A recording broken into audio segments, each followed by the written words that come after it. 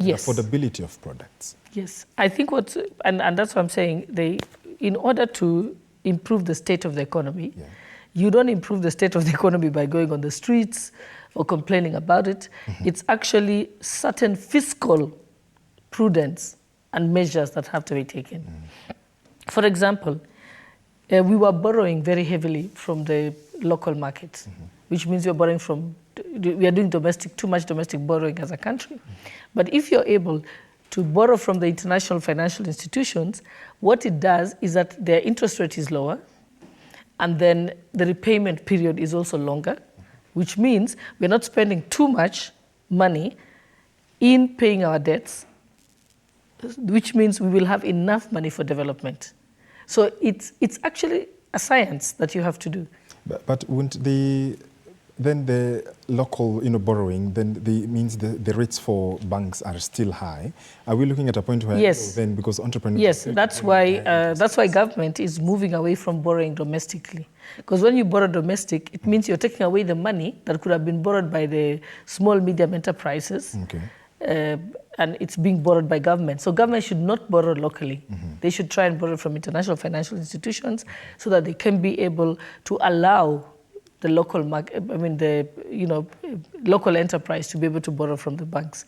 And that way, when government is borrowing, then interest rates go high. One of the most recent scenarios we're dealing with rocking this government is the doctors' strike. It has entered day 34.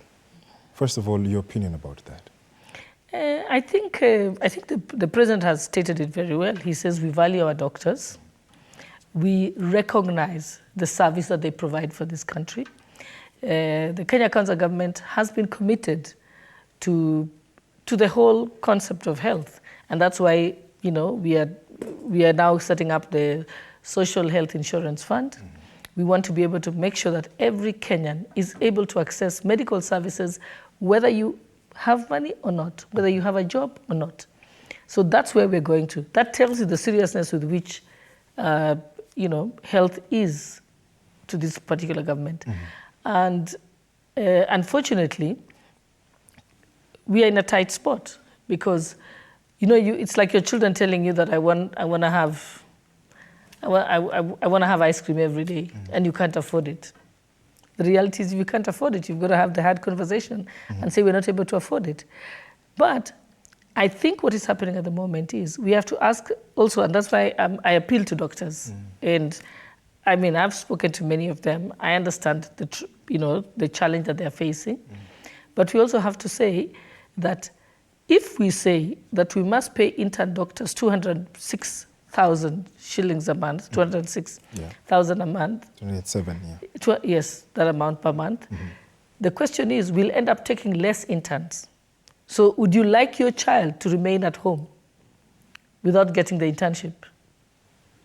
But it is normal for, you see, when you introduce or rather reduce salaries, of course it's not even acceptable in the labor laws as well. Don't you think that the government is really erring on that?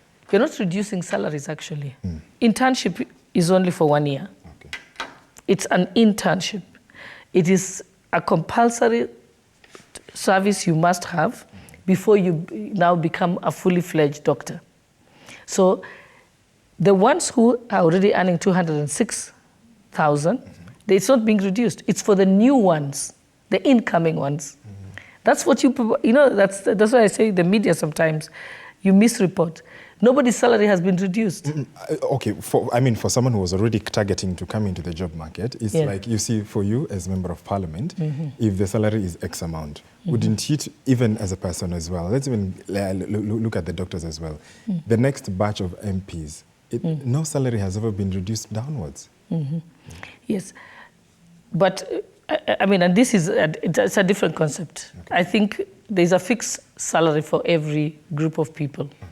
And it's like similarly lawyers, In my law firm, every time I take in pupils, I give a new stipend for the pupillage, yes. You serve pupillage for 2 years, you go to law school for 4 years, and you have to do pupillage for 2 years.